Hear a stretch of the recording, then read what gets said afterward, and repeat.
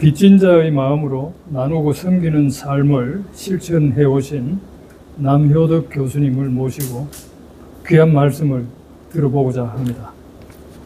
그동안 행복한 부자 모델상, 남강교육상 대상, 천마 아너스 인증패 등 각종 특별상을 수상하신 남효덕 영남대학교 명예교수님이 살아오신 삶을 재조명해보고 이 분의 인생 이야기를 통해서 단순히 한 사람의 아름다운 삶의 속에나 세속적 성공 여부를 논하는 것이 아니라 어떤 환경에서 성장했으며 안정된 위치에 안착한 후 국가와 사회에서 받은 은혜와 혜택을 얼마나 감사하며 이웃에게 어떻게 귀감을 주고 있는가를 살펴보고자 합니다.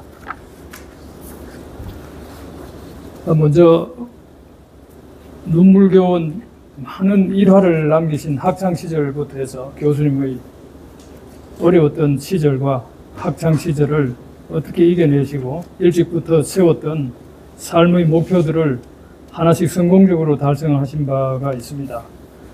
그런 가운데 점점 생활이 안정되면서 남다른 봉사활동을 많이 하고 계신 것으로 알려져 있습니다. 우선 어려웠던 학창시절에 있었던 애로사항 중에서도 몇 가지 사연만이라도 들려주시겠습니까? 예, 감사합니다. 사실상 어떻게 많은 은혜를 잊지 않고 있는가를 설명하려고 하면 제가 어떻게 성장했고 공부할 때 어떤 힘든 일이 있었는가를 이야기하지 않을 수 없습니다. 저는 일찍 내가 4살 때 아버지가 돌아가시고 어머니 혼자 6남매를 거느리고 할머니를 모시고 구도지 정성이라 달마다 제사를 맞는 그런 환경에 살았습니다. 중학교에 갈 길이 없어가지고 동네 청년들이 교회에서 가르치는 학교, 요새 공민학교도 아니고 요새 같으면 그냥 교실이지요. 거기서 배우고 또 고등학교 가려고 하니까 할 수 없이 금중고시를 쳐야 되고 뭐 이런 과정을 가지고 있습니다. 특별히 중학교 때 있었던 여러 가지 일들은 다 생략하고 고등학교에 들어가니까 너무나 달라진 환경에서 어리둥절해가지고 딴 세상에 왔는 것 같습니다.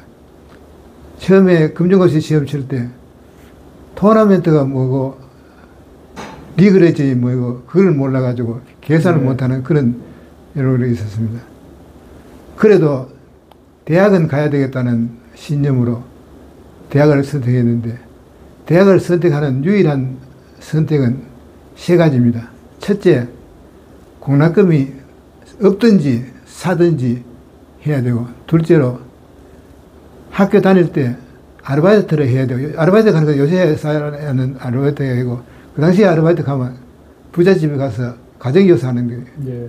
그 다음에 셋째로 나오면 바로 취직이 돼야 된다. 그 외에는 다른 선택의 여지가 없으니까 그래 압축을 시다 보니까 사범대학을 택하지 않을 수가 없습니다. 마침 사범대학을 택해서 우리 하다가 보니까 기적적으로 살아왔고 기적적으로 공부해왔고 감사하는 마음을 남겼습니다. 사실상 학교 다닐 때 생활이 쉽지 않았습니다. 공락금도 해결돼야 되지만 숙식까지 해결돼야 되니까 어려움이 더 했지요. 얼마나 무모한 짓을 했나 하면 교수님 찾아가서 연구실에서 좀 생활하겠습니다 이렇게 해놓고 교수님이 가고 난 뒤에 밤에 이불을 갖다 놔놓고 거기서 침식을 했습니다. 선생님이 그거를 모를 리가 만무합니다. 가서 죄송합니다라고 얘기해. 문단속, 불단속 잘하고 열심히 해라. 그러한 과정도 거쳤는데 제가 대학교 때 가장 인상이 있던 일은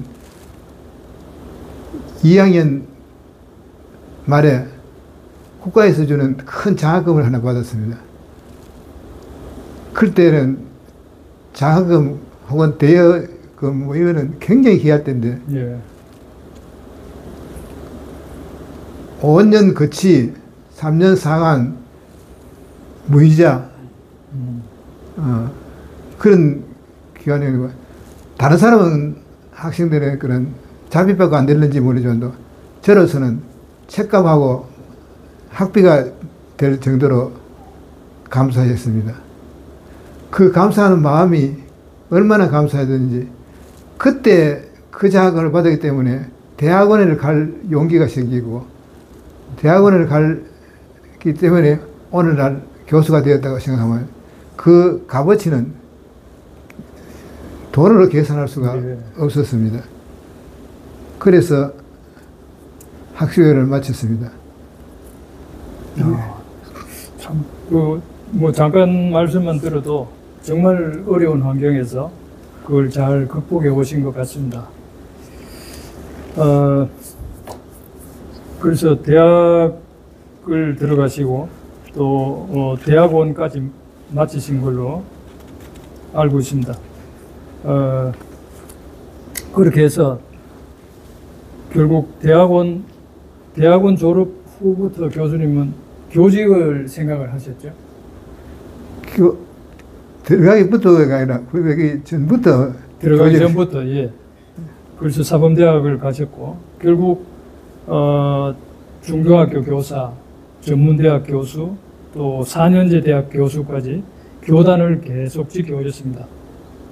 얼핏 따져도 거의 50년에 가까운 세월 동안 교직을 지켜오신 걸로 알고 있습니다. 특히 또 일반적인 그 연배보다 빠른 기간 안에 대학 교수까지 올라오셨습니다.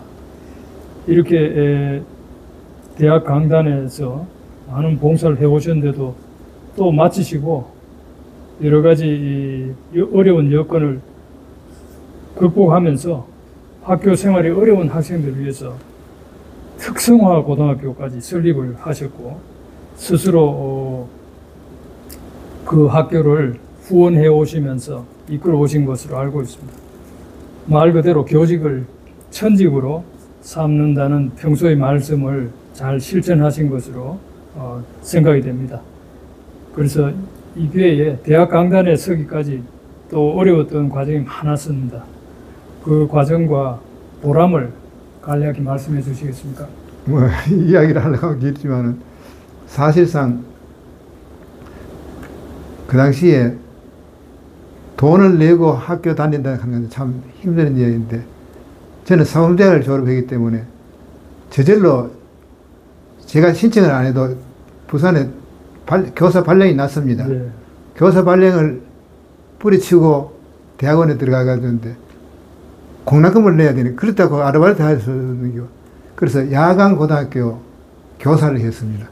낮에는 교사, 낮에는 연구실에 와서 연구를 하고 밤에는 야간학교 교사를 계속 했습니다. 그때부터 시작해서 정년퇴직할 때까지 교직에 한 번도 떨어본 적이 없어요. 그래서 교사를 하면서 대학원 다니다 하는 건 여간 힘든 일이 아닙니다. 낮에 열심히 실험을 하다가 한 시간만 더 돌리면 결과가 나올 건데 출근하기 위해서 그걸 뿌리치고 버스를 탈 때는 참 답답한 마음이 있었습니다. 그럼 부산까지? 부산은 아니라 대구 시내. 대구 시내. 네. 부산까지 가면 이건 완전히 이제 학교를 포기하는 기고. 네. 그렇게 하는 과정을 가졌습니다. 그런데 대학원 들어갈 때만 해도 2년 후에 교사를 하지 이 정도로 발령. 왜 부산 발령이 참 그 당시에 인기가 있었거든요. 네. 그런데 그 후에도 2년 후에 교수님이 이 시간 2시간 줄 테니까 강의 한번 해볼래. 시간 2시간이 그렇게 매력인지는 몰랐어요. 예. 그래서 가만히 생각해 보니까 나는 어차피 야간학교 교사는 계속 할 수 있으니까 그거가 내 생활은 충분히 되고 그다음 2시간은 그것도 한번 붙들고 싶었어요. 그렇게 시작한 것이 얼마나 강의 수가 늘어나는지 한꺼번에 팍팍팍팍 늘어나가 감당을 못해가 전문대학에서 오라 이거예요. 네. 예. 그리고 선생님은 2년 석사과정 동안 낮에는 연구실에서 계시고 야간에는 이제 그 유학생들을 가르치셨는데 일반인들은 주경야독이라고 그러는데 그야말로 선생님은 주도 이야기. 주독 야경을 하셨어요. 네. 그래서 그런 특별한 생활을 하십니다. 그래서 제 제목이 보통 주도 이야기. 이 사람들이 원고 보는 사람이 뭐 잘못 쓴다 생각해요. 네. 예. 사실상 아침에 일찍 가서 연구실에 갔다가 저녁에 집에 들어오면 11시에 오고 발 씻고 나면 12시 되는데 그런 생활을 4년간 했거든요. 그러한 과정을 거쳤는데 그 후에 우연찮게 아닌데 사실상 이야기하면 길지만은 우연찮게 전문대학에 와서 일 좀 할래. 아니, 저는 뭐 할배역 하면서 고맙다고 인사를 했지만 거기서는 근데 첫 학기에 정식 발령은 안 되고 전임 대우 그 당시에 영남대학에 전임 대우 하는 게 있습니다. 대우는 똑같이 해주고 경례 같은 거 안 쳐주고 이런 게 있었어요. 네. 그래서 그거를 받고 밤에대로 또 교사를 그냥 뒀어요. 그래야 6개월 부지런히 다녔더니 정식 서류를 내라 해서 전문대학에 왔습니다. 전문대학이 그 당시에 전문대학이 팍팍팍팍 늘어날 때인데 학생은 120명이 늘어났는데 교수는 저하고 우리 선배 한 분, 두 분이었어요. 그러한 반에 그 당시에 국가 자격교사 제도가 있어가지고 거기에 하나라도 더 열라고 문제집을 만들고 뭐 하여튼 별의별 짓을 다 했는데 그때 전문대학에서도 전자공학으로 강의를 하셨습니까? 여기 안 별개제인데 저는 물리과 4대 물리과 나왔고 대학원 또 물리학 석사를 했고 그 당시에 전자공학과를 졸업한 졸업생이 별로 없거든요. 그래서 오락해가지고 가서 그래요. 근데 전문대학에서 열심히 하는 모습을 보고 영남대학 교수들이 영남대학은 오늘은 네. 물론 그동안 여러 가지 이야기가 있었지만 얼마나 행운합니까? 그래서 5년 만에 바로 대학교 조교수로 들어갔었으니까 그때부터 나는 내가 올라갈 수 있는 최대 목표를 달성했다. 네. 그러니까 최선을 다해야 되겠다. 이렇게 되어 있습니다. 여기서 아까 잠깐 뒤에서 또 연결될는지 모르겠는데 내가 장학금을 안 받았더라면 대학원 갈 생각을 안 했을 끼고 또 그런 기회가 없었으면 대학원에서 그렇게 열심히 안 했을 끼고 그렇게 생각하니까 그 받은 은혜가 너무너무 큰 길이에요. 여기에 안 나오면 어느 미국의 어느 젊은이가 돈 10원도 없는데 창업을 하는데 아무도 빌려주려고 하는 사람이 없는 거예요. 근데 어느 부잣집에 가서 내 이런 하는 사람인데 빌려줘 그래. 하도 그 사람이 용기가 있어가지고 빌려줬는데 물론 다 갚았지요. 그런데 그때 이제 미국의 공황이 생겨가지고 그 원래 부잣집이 완전히 망했어요.